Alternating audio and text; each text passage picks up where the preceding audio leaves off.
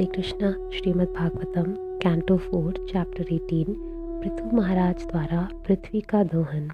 मैत्रेय ने विदुर को संबोधित करते हुए आगे कहा, हे विदुर, जब पृथ्वी ने स्तुति पूरी करती तब भी राजा पृथु शांत नहीं हुए थे। उनके होठ क्रोध से काँप रहे थे।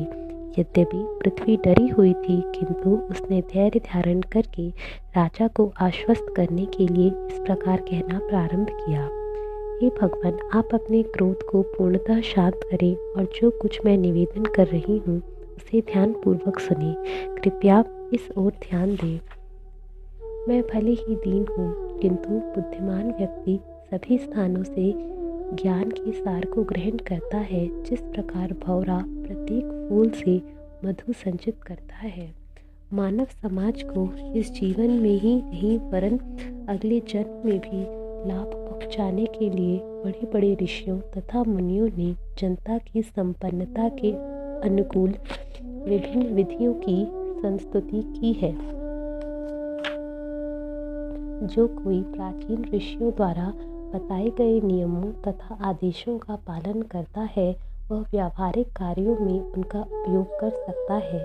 ऐसा व्यक्ति सरलता से जीवन तथा सुखों का भोग कर सकता है। ऐसा मूर्ख पुरुष जो कोई मनोकल्पना द्वारा अपने निजी साधन तथा माध्यम तैयार करता है और साधुओं द्वारा स्थापित दोषहीन आदेशों को मान्यता नहीं प्रदान करता, वह अपने प्रयासों में बार बार असफल होता है। हे राजन, प्राचीन काल में ब्रह्मा ने जिन बीजों, मूलों, जड़ी बूटियों तथा अन्नों की सृष्टि की थी, वे अब उन अभक्तों द्वारा उपभोग किए जा रहे हैं जो समस्त आत्मज्ञान से शून्य है। हे राजन, अभक्तों द्वारा अन्न तथा जड़ी बूटियों का उपयोग तो किया ही जा रहा है, मेरी भी ठीक से देखभाल नहीं की जा रही है। मेरी उन राजाओं द्वारा उपेक्षा हो रही है जो उन चारों को दंड नहीं दे रहे हैं, जो अन्नों का उपयोग इंद्रिय दृष्टि के लिए कर रहे हैं। फलस्वरूप मैंने उन समस्त बीजों को छिपा लिया है जो यज्ञ संपन्न करने में निमित्त है।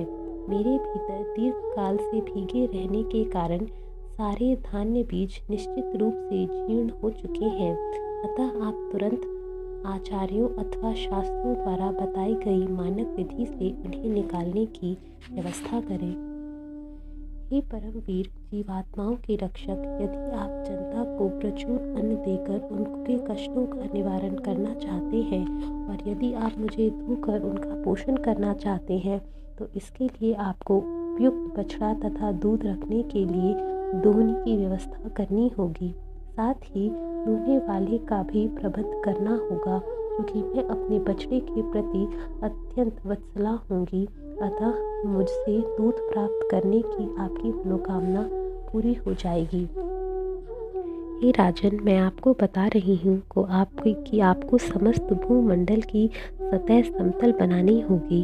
वर्षा ऋतु में न रहने पर भी इससे मुझे सहायता मिलेगी। राजा इंद्र की कृपा से वर्षा होती है।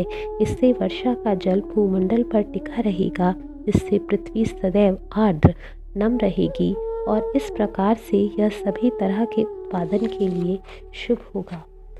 पृथ्वी के कल्याणकारी तथा प्रिय वचनों को राजा ने अंगीकार कर लिया। तब उन्होंने स्वयंभुव मनु को बछड़ा बनाया और गुरु पृथ्वी से समस्त औषधियों और अन्न का दोहन करके उन्हें अपनी उंगली में भर लिया। अन्य लोगों ने, जो महाराज पृथु के ही समान बुद्धिमान थे, पृथ्वी से सार निकाल लिया। निसंदेह प्रत्येक व्यक्ति ने राजा पृथु के पद चिन्हों का अनुसरण करते हुए इस अवसर का लाभ उठाया और पृथ्वी से अपनी मनोवांछित वस्तुएं प्राप्त की। समस्त ऋषियों ने बृहस्पति को बछड़ा बनाया और इंद्रियों को धोनी। उन्होंने शब्द, मन तथा श्रवण को पवित्र करने वाले समस्त प्रकार के वैदिक ज्ञान को धो लिया। समस्त देवताओं ने स्वर्ग के राजा इंद्र को बछड़ा बनाया और उन्होंने पृथ्वी में से सोमरस अर्थात अमृत दूह लिया। इस प्रकार वे मानसिक, शारीरिक तथा इंद्रिय शक्ति में अत्यंत बलशाली हो गए। दिति के पुत्रों तथा असुरों ने असुर कुल में उत्पन्न प्रहलाद महाराज को बछड़ा बनाया और उन्होंने अनेक प्रकार की सुरा तथा आसव निकाल कर उसे लोहे के पात्र में रख दिया। गंधर्व लोक तथा अप्सरा लोक के निवासियों ने विश्ववसु को बछड़ा बनाया और कमल पुष्प के पात्र में दूध दुहा। इस दूध ने मधुर संगीत, कला तथा सुंदरता का रूप धारण किया। श्राद्ध कर्म के मुख्य देवता एवं पितृलोक के भाग्यशाली निवासियों ने आर्यमा को बछड़ा बनाया। उन्होंने अत्यंत श्रद्धा सहित मिट्टी के कच्चे पात्र में कव्य पितरों को दी जाने वाली बलि दूह लिया। तत्पश्चात सिद्ध लोक तथा विद्याधर लोक के वासियों ने कपिल मुनि को बछड़ा बनाया और संपूर्ण आकाश को पात्र बनाकर अणिमादि सारी योग शक्तियाँ दूह ली। निसंदेह विद्याधर लोक के वासियों ने आकाश में उड़ने की कला प्राप्त की। किम पुरुष लोक के वासियों ने भी मय दानव को बछड़ा बनाया और उन्होंने योग शक्तियाँ दूह ली, जिनसे मनुष्य किसी दूसरे की दृष्टि से तुरंत ओझल हो सकता है और अन्य किसी रूप में पुनः प्रकट हो सकता है। तब मांसाहार के आदि यक्षों, राक्षसों, भूतों तथा पिशाचों ने श्री शिव के अवतार रुद्र भूतनाथ को बछड़ा बनाया और रक्त से निर्मित पेय पदार्थों को धोकर उन्हें कपालों में बने पात्रों में रखा।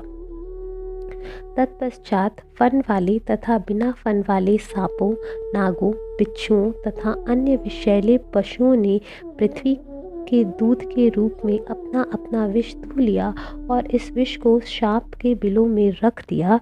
उन्होंने तक्षक को बछड़ा बनाया था। गायों जैसे चौपाई पशुओं ने शिव के वाहन बैल को बछड़ा बनाया और जंगल को दूहने का पात्र बनाया। इस प्रकार उन्हें खाने के लिए ताज़ी हरी घास मिल गई। बाघों जैसे त्रिज पशुओं ने सिंह को बछड़ा बनाया और इस प्रकार वे दूध के रूप में मांस प्राप्त कर सके। पक्षियों ने गरुड़ को वत्स बनाया और पृथ्वी की से चर कीटों तथा अचर घासों तथा पौधों के रूप में दूध प्राप्त किया। वृक्षों ने बरगद के पेड़ को बछड़ा बनाकर अनेक सुस्वादु रसों को दूध के रूप में दूह लिया। पर्वतों ने हिमालय को बछड़ा तथा पर्वत श्रृंगों को पात्र बनाकर नाना प्रकार की धातुएं दूही। पृथ्वीलोक ने सबों को अपना अपना भोजन प्रदान किया। राजा पृथु के काल में पृथ्वी पूर्ण रूप से राजा के अधीन थी, अतः पृथ्वी के सभी वासी अपना अपना बछड़ा उत्पन्न करके तथा विभिन्न प्रकार के पात्रों में अपने विशिष्ट प्रकार के दूध को रखकर अपना भोजन प्राप्त कर सके। हे कुरुश्रेष्ठ विदुर जी, इस प्रकार राजा पृथु तथा अन्य भोजियों ने विभिन्न प्रकार के बछड़े उत्पन्न किए और अपने अपने खाद्य पदार्थों को दूह लिया। इस तरह उन्होंने विभिन्न प्रकार के खाद्य पदार्थ प्राप्त किए जो दूध का प्रतीक है। तत्पश्चात राजा पृथु पृथ्वी से अत्यंत प्रसन्न हो गए, क्योंकि उसने विभिन्न जीव आत्माओं के लिए प्रचुर मात्रा में भोजन की पूर्ति की। इस प्रकार पृथ्वी के प्रति राजा स्नेहिल हो उठा, मानो वह उसकी पुत्री हो।